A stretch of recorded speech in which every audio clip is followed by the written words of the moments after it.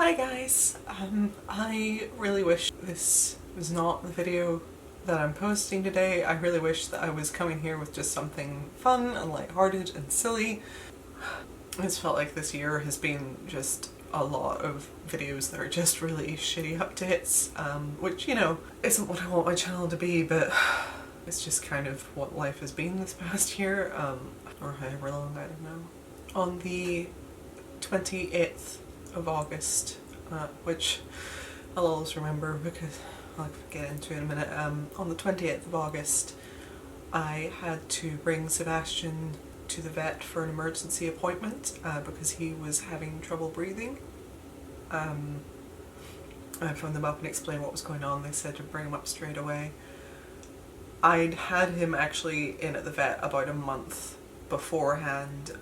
Nothing was particularly wrong. He was just like looking quite skinny and like, you know, he was a really old cat. Like I've said before, I don't know his exact age because I rescued him as an adult from the sanctuary and they didn't know for sure, but they put his age at about 5 or 6, and I had him for 10 years because the 29th of August was the anniversary of me adopting him. So one day before the anniversary, like the 10-year anniversary of me having him, I rushed into the vet.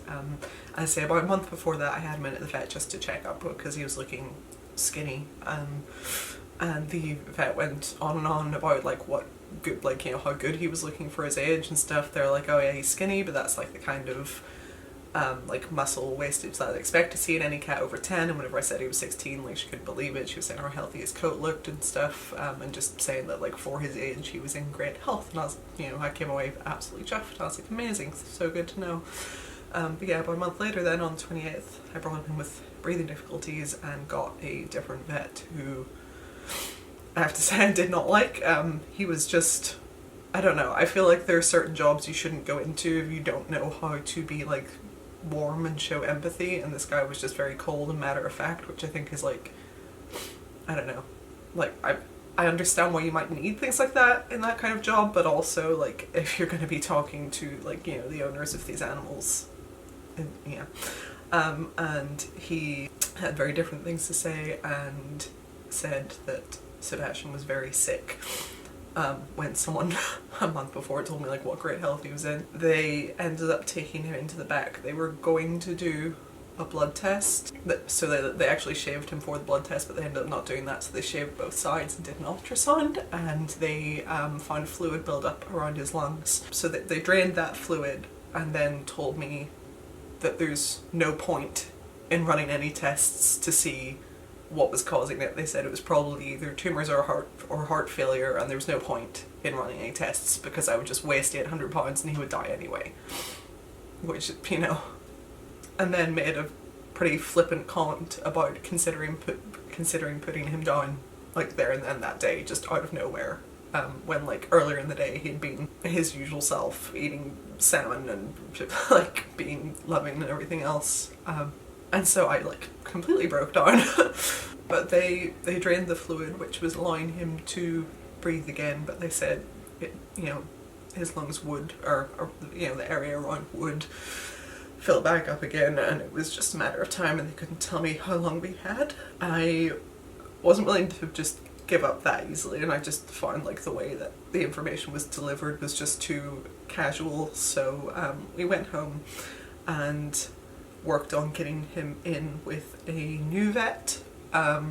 While he was at home for a week following this appointment, like the next day I went out and I bought him like salmon and chicken and stuff because it was, you know, his birthday, his adoption day, and he was wolfing that down. He was his usual very affectionate self all week, always purring, always happy, always wanting attention. And I managed to get him an appointment with a different vet, I think basically exactly a week later. Yeah, I think it was a week to the day. I brought him into a different vet and they did another ultrasound and they said that yeah, the fluid had built back up, and they actually were able to look more than the previous vet had, and they were able to confirm that it was heart failure. And she said that he did need to be put down sooner rather than later, because if it was left then the fluid would just keep building up and building up until he like suffocated, and that it's a really horrible way to go. And you know, I didn't let myself get my hopes up between the first vet and the second. I think my mum really did, so like this sort of second round of news I think like got her pretty bad, because she was like so convinced that the second vet would say something different and he'd be okay. I didn't have my hopes up, but it still was devastating, and I hoped we'd at least have like a few more weeks with him. But that wasn't the case, and I could see like, you know, under the stress of being at the vet, I could see him like struggling to breathe more than when he'd been at home.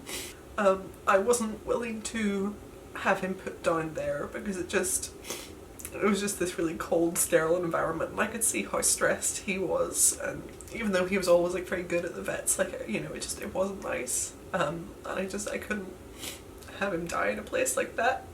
So we got him home, and I spent the rest of that day with him in bed, feeding him chicken, which he got absolutely everywhere because his appetite, not at any point did his little appetite go. He was wolfing down chicken all morning, and then my mum came over a little later in the day and brought him like ham, and then my friends came over that night and brought him more chicken, so he was just being spoiled all day. I lay in bed with him, like letting him watch like cat TV on my phone. And then that night I had a service come out to the house to put him down here so that he would be somewhere warm and comfortable and somewhere that he felt safe. My friends stayed through that process, so you know, he was getting love and attention right up to the very last seconds, and he died here at home in my arms, surrounded by people who loved him. And we took paw prints and little clay moldings of his little paws, and yeah, I was holding him, and yes, and then it's been, I think again, a week to the day as I'm recording this since that happened, and I'm just absolutely devastated. Like, I love that cat so much, and he's been like the constant source of comfort I've had for the past 10 years, which is insane. And I know he was old, and like, you know, all the vets told me over and over again, like, there was nothing that I could have done, and you know, like, there was no way to have, like, they said like cats often hide things like that really well, until it gets to a point where it's, you know, there's no going back. But I just keep wishing I could have done more. I know 16's really good for a cat, but I think when it comes to like your own pets, like, you always think that like yours will be one of the special cases to live to like 20 or 30, you know? I just can't handle the fact that I'm never going to see him again. The first time I had to leave the house after it happening, and I'd been out for a while and like distracted by things, coming home and like immediately going to like look for him, and then just getting hit with that realization that I was never going to come home to him again was just, you know, despite all of my like morbid proclivities and stuff, like my taxidermy and my bones and my coffins and memento moris and all the rest, I actually really don't handle death well at all. Whenever it comes to things like this, it's something that I just really can't accept. I can't handle that I spent all day with him being happy and loving and purring, and I had him in my arms like this little thing that I'd known for the past 10 years that would wake me up and harass me for food and stand on my head. You know, he was in my arms, and then in a matter of seconds he was just gone. And like, that's it. I'll never see him again. I'll never take another photo of him. I'll never take another silly little picture of him, like, or silly little video of him. He'll never come like sleep under the covers with me again. Just nothing. I know that's just life, and I know that's part of owning pets, but it doesn't make it hurt any less. And he really was just like the best cat. Terrible at being a cat. Couldn't jump, couldn't climb. So clumsy, much like his mother. But just like temperament and everything else, just so sweet. Like, everyone who ever met him loved him. anytime, even like whenever he's brought to the vet and stuff, like, because he always hated cat carriers. They'd really stress him out, so I just didn't use one. I would just carry him in my arms, and he would just sit there, even if like, you know, the vet waiting room had like dogs and like stuff. He would just sit in my lap and he just wasn't bothered. He was just so friendly and happy to meet everyone, and people would always comment on like how well behaved he was, because he just was. He was just so good and so friendly. And even like whenever the vets were trying to examine him, a lot of the time they'd actually struggle to check the health of his lungs and his heart, because he'd be purring so fucking loudly while they were trying to examine him that they could barely hear what they needed to hear.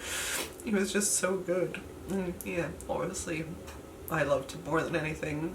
So many of my friends loved him, and like so many people around the world who never even met him loved him so much. Like, you guys, you know, over the years have sent him handmade toys and fan art and left, you know, wonderful comments about him, and like, you know, almost 300 of you bought little plushes of him.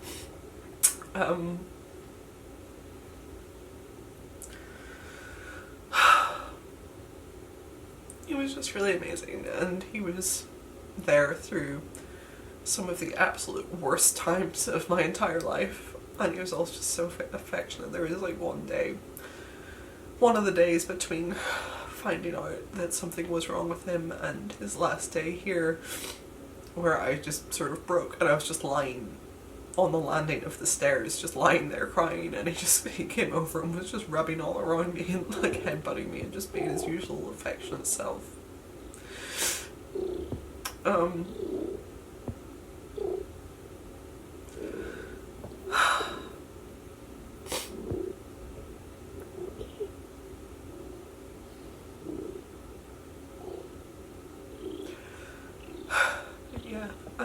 I haven't fully sorted out things with like his remains. The woman who came to put him to sleep has him right now, and I'm just, you know, there's like different cremation plans and stuff with like different tiers, and I'm like speaking to people about other things. I'm not gonna like, it's the kind of thing like some people probably wouldn't even think of, but then, you know, other people who are like especially kind of into curios and stuff would think of. So just to cover all bases, I'm not having him taxidermied for multiple reasons. Like, you know, the thought of still being the same is nice, but with something like that, if the taxidermy isn't done like 100% perfect, then that's just going to be horrible.